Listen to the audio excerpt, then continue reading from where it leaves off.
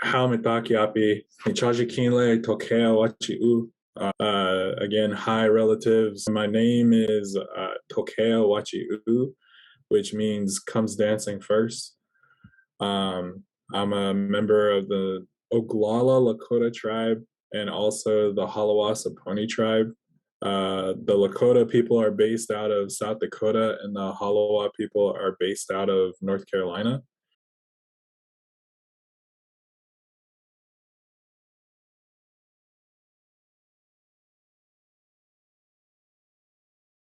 When we talk about like learning from others about dance and the earth, a lot of our teachers were animals. Our first teachers were the animals and the plants and the rocks. And so a lot of our a lot of our teachings come from like how to move in that certain way. So for traditional dancers, a lot of their head movements resemble eagles and other birds of prey, how they turn their head and how they move around and look around while they're flying. While a traditional dancer is dancing, he's constantly searching and looking around, looking for clues and where did that go? Where that's how we hunt is to stay vigilant. I know we had talked about the drawing whirlwind, the drawing Womni Omni. That one definitely was inspired by horses, as it was taught to me. They those types of dancers learned it from horses and how they moved, how they bucked, how they kicked and ran really fast. And so it's a very fast paced dance. Those dancers are called fancy feather dancers or either fancy war dancers. You'll recognize them because they have two bustles on, the two like things of feathers, and they're really bright colored and they're really fast. They're usually a crowd favorite, but that's just how we've learned. We learned a lot of our medicines, a lot of teachings about the earth and when to tell, like when certain seasons are coming up by the animals in the earth.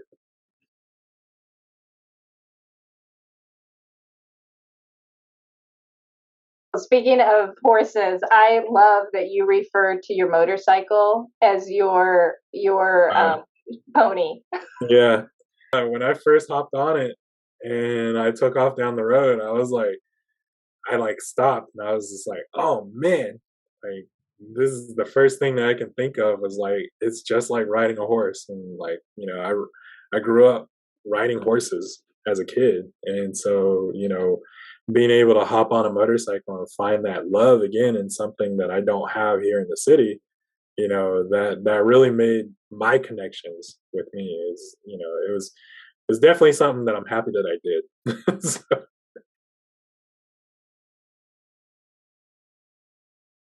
but our kids, we take them on walks. We talk to them all the time about like their culture. We practice their language with them.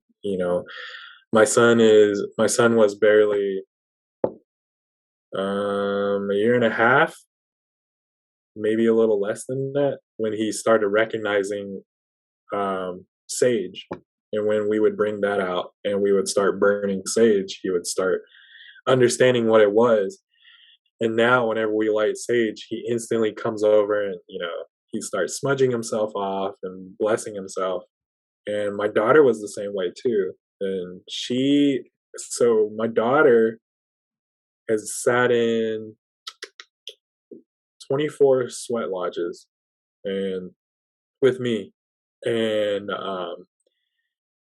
she sits up a lot better than I do sometimes, it's like, and they're hot, they get really hot, but she has, I've seen her sit up better than most men. And it's amazing to see because then it's just like, that's my girl, that's a, that's my teachings. That's the teachings that my dad taught me and his dad and so on and so forth. And, the teachings that all my elders and grandparents, these are the things that are instilled into my daughter and my son that they're able to replicate on their own once they see it and when they hear about it. And once they see it and they hear it, then they know exactly what time it is.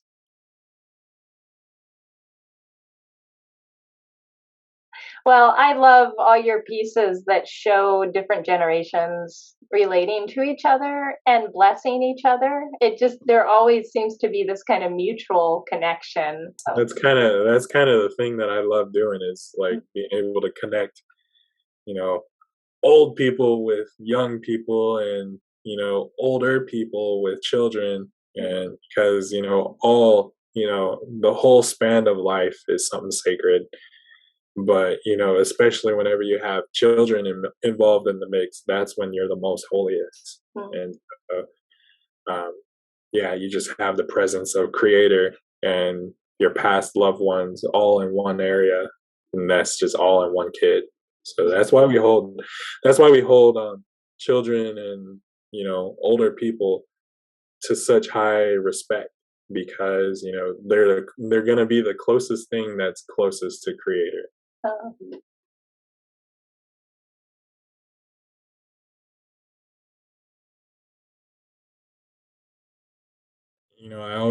I always understand that there's like this frequency of things that are being vibrated through like time and space. And as Native Americans, our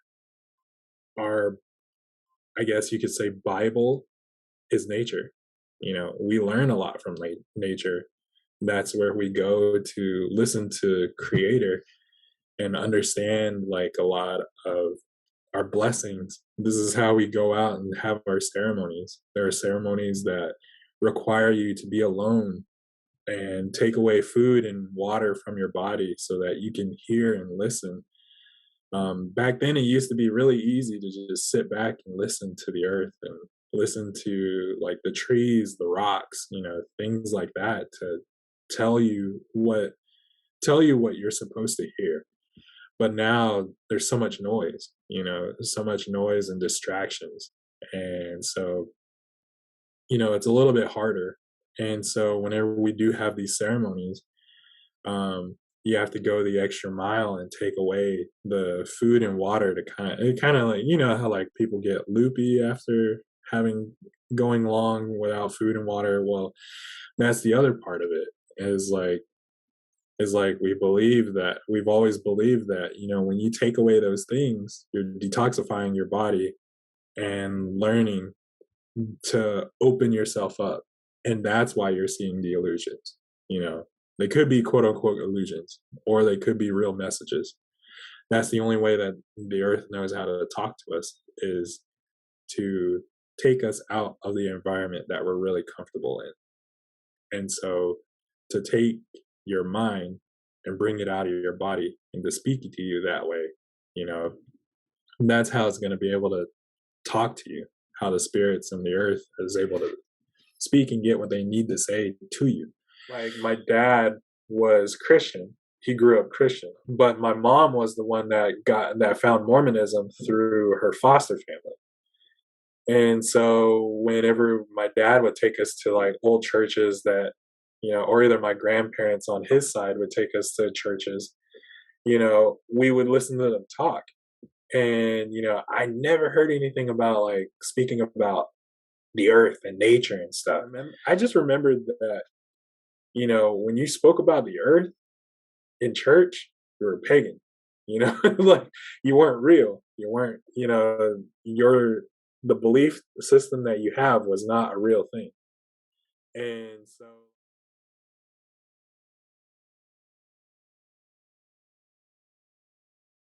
I just find the juxtaposition of the gorgeous life and vitality and color and just exuberance that your figures display on, yeah, on atop capitalism, commerce, yeah, legal hearings, and arguments, and just uh, the juxtaposition is just fascinating, and to how to still communicate and celebrate resiliency and relationship and reverence, even in the midst of all these other lifeless Yeah, and cruel aspects of our living.